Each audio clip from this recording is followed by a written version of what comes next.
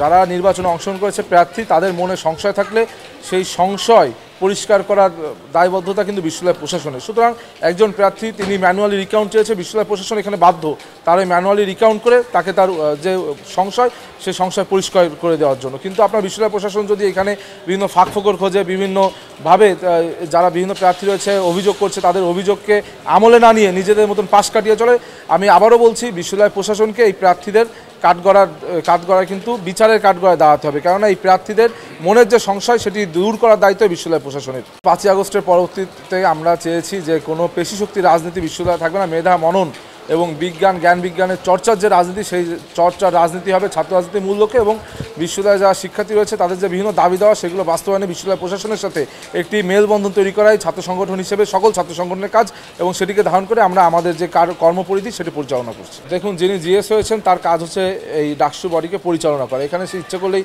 কোনো ধরনের একক ক্ষমতা বলে কোনো সিদ্ধান্ত গ্রহণ করতে পারবে না। এখানে যারা পূর্ণাঙ্গ প্যানেল রয়েছে, আমি শুধু ব্যক্তিগতভাবে জিএসকে পূর্ণাঙ্গ প্যানেলকে সহযোগিতার যে মানসিকতা সেটিকে ধারণ করি, এবং এর থেকে বড় কথা আমার যে ইশতেহারগুলো আমরা প্রকাশ করেছিলাম আমাদের প্যানেলের পক্ষ থেকে, আমাদের একটি ছাত্র সংগঠন রয়েছে আপনারা জানেন, সেই ছাত্র সংগঠনের পক্ষ থেকে আমরা বিশ্ববিদ্যালয় প্রশাসনের পাশে আছি। এই ডাকসু যে নেতৃবৃন্দ আছে তাদেরকেও তারা যদি সহযোগিতা চায় তাদেরকেও আমরা সহযোগিতা করব।